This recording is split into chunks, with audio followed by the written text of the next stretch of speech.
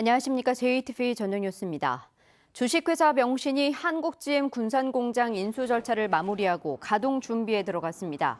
명신은 오늘 한국GM 측에 마지막 인수 자금을 치렀으며 다음 달부터는 전기차 생산을 위해 군산공장을 정비할 계획입니다.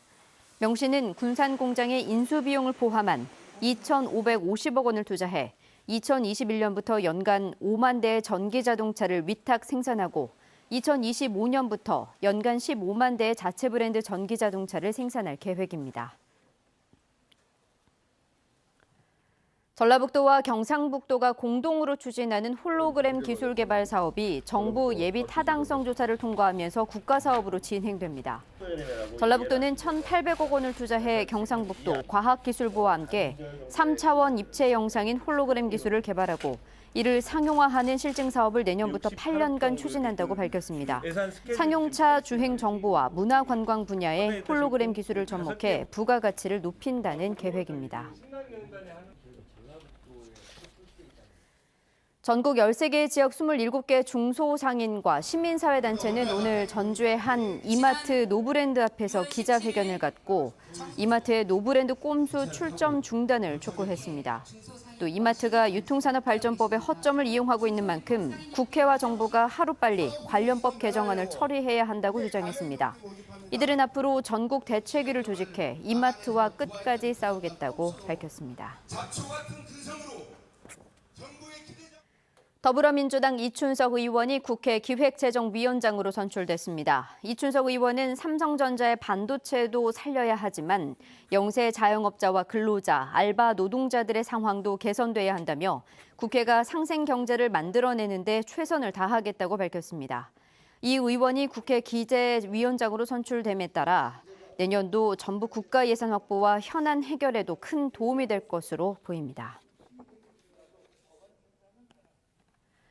전라북도가 하반기 시군 부단체장과 국장급 인사를 발표했습니다.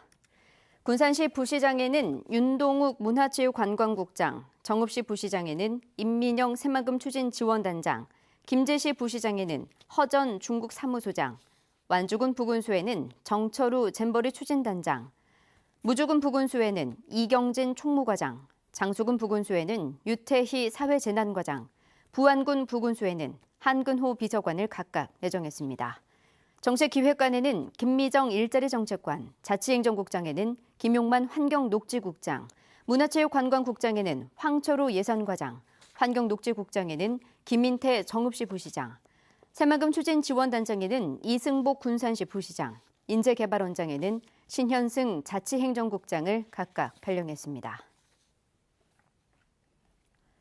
환경부가 진안군과 무주군 일대를 국가지질공원으로 인증했습니다. 인증 지역에는 마이산과 운이람 반이람, 외구천동과 적상산 천일폭포 등 진안과 무주의 지질명소 5곳이 포함됐습니다.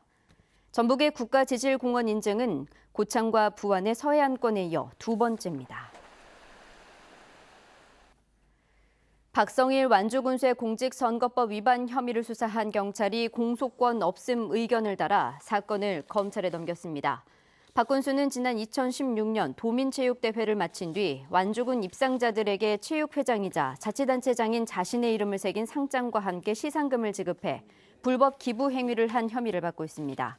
경찰은 조사를 통해 당시 박 군수의 시상금 지급 행위가 선거법 위반 소지가 있다고 봤지만 공소시효가 지나 처벌이 어려울 것으로 판단했다고 밝혔습니다. 어제 새벽 편의점에서 종업원을 위협해 돈을 빼앗아 달아났다가 붙잡힌 외국인은 러시아 국적의 불법 체류자인 것으로 드러났습니다. 부안경찰서는 어제 붙잡힌 러시아 국적의 22살 A씨는 올해 3월 관광 비자가 만료된 불법 체류자이며 함께 범행을 한 러시아인 동료와 일용직 근로자로 일하다 생활비가 부족해 범행을 저지른 것으로 보고 있습니다.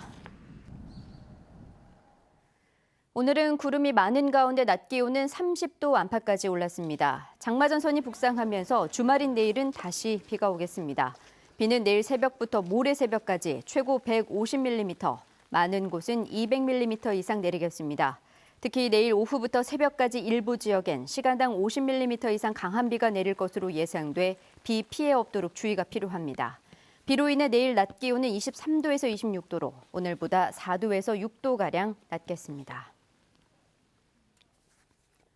JTBC 8시 뉴스 예고입니다. 최근 전북대학교 교수들의 잇단 비위 행위가 도마 위에 오르고 있지만 대학 측은 아직까지도 사과나 재발 방지 대책을 내놓지 않고 있습니다. 이마트의 슈퍼마켓인 노브랜드 매장이 관련법의 허점을 이용해 잇따라 문을 열면서 정부와 국회가 서둘러 법을 개정해야 한다는 목소리가 커지고 있습니다. 익산시가 수돗물 취수원을 고산 어우보에서 용담댐으로 바꾸기 위해 4년 만에 공론화에 나섰습니다. 전라북도가 주도적으로 추진한 홀로그램 기술 개발 사업이 정부의 예비 타당성 조사를 통과해 관련 산업의 발전이 기대되고 있습니다. 자세한 소식은 JTBC 8시 뉴스에서 전해드리겠습니다.